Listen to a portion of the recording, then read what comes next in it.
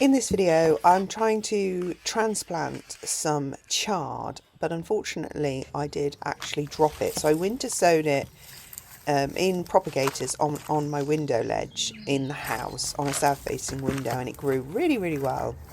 And then yesterday, because I knew I was going to start hardening things off, I brought it out into the greenhouse. And as I was making that video, which I've posted before this one, I dropped it on the floor. Yeah, this can definitely go out. And they are very delicate stems actually, and I didn't realise until I started planting this out quite how much they got damaged in that fall. So I started this video sort of trying to rescue them and pot them up into this lovely trough here, but I quickly realised that they were worse than I thought, so I am sowing some replacement seeds also. And then I figured if some take and grow, great, but if not, I've resown them anyway. It's warm enough now, we're approaching the 1st of April, the clock's going forward, etc. So there's going to be more light, and there is more light anyway, whether the clocks go forward or not for plants, as far as plants are concerned, but you know what I mean. And then April is just warmer anyway, and I keep looking at the long range forecast, and it just looks like we're not going to get any more frost here, so I thought I'd sow some more as well. So here you can see I'm just refreshing the old compost here, taking out any big root balls and any stones, well, not all the stones actually, and then just refreshing it with some lovely new nutrient dense compost on the top layer, which is where the plants that I'm going to try and rescue, but I realised they're not going to be rescued. What happened when I dropped them was that the stems actually bent in half, and they have very watery stems, so this is basically more or less severed, I think, their ability to take up water. So I don't think they're going to recover. Then just water the soil, because I think it's sometimes just easier to water the soil first, but it doesn't really matter if you want to water it afterwards. I just find that it grips the plant more when you water the soil first. It just makes it easier to hold a delicate plant in place.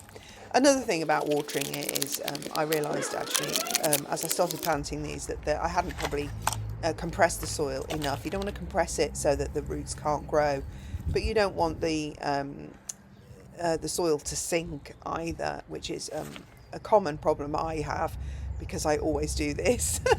So just bear that in mind. You might want to water it, slightly compress it, and then put another layer on top. That's what you should really do.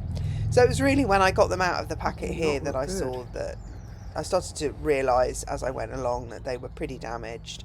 So, you know, I plant them up anyway, and we'll see how they go. But they're really easy to grow. This is why I wanted to talk. These are chard white sticks, and they're an organic seed, and they're just really easy to grow. I've grown them before, and they're just delicious in salads. They're pretty easy. They repeat, you know, when you cut them, they'll grow back, and they grow really quickly. So if you're a beginner gardener, I definitely recommend growing chard for a salad leaf. So once I'd got these planted, and I started to just realise I was just going to have to, half of these were already, the stems were snapped, as I said. So I decided I was going to get my seeds. I remembered I probably had some seed left. So I went and got the packet of seeds and decided to sort of basically succession sow them in the same pot. So you can more commonly buy the rainbow chard. I've done those. They're just as tasty. So I just wanted something different, and I am more increasingly drawn to organic here. And I don't just buy willy-nilly organic. I buy Soil Association stamped organic, because the Soil Association here in the UK was set up by farmers who rigorously test soil. If a product has the Soil Association stamp of approval, you can pretty much guarantee it's organic. If it doesn't have that and is claiming to be organic, you probably ought to be more skeptical. It doesn't mean that it isn't organic. As you can see, I put them about 1 centimetre down. I just sprinkled them on. You could do them in drills in this tray, but I just sprinkled them on the surface, push them down about 1 centimetre, cover them, and I'll water them again.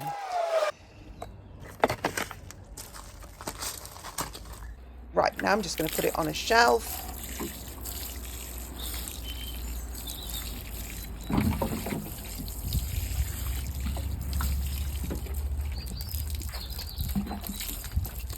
So as you can see, it's well out of the way of the pets up here. It's in a nice sunny spot. It's on my planter, and I will just leave that. And they'll take about 2 weeks to germinate outside in this cooler spring weather. So, but hopefully, you know, in a few weeks' time, I'll have a lovely salad to go with my hanging basket salad, and I'll link that sowing in the description below if salad growing is your thing.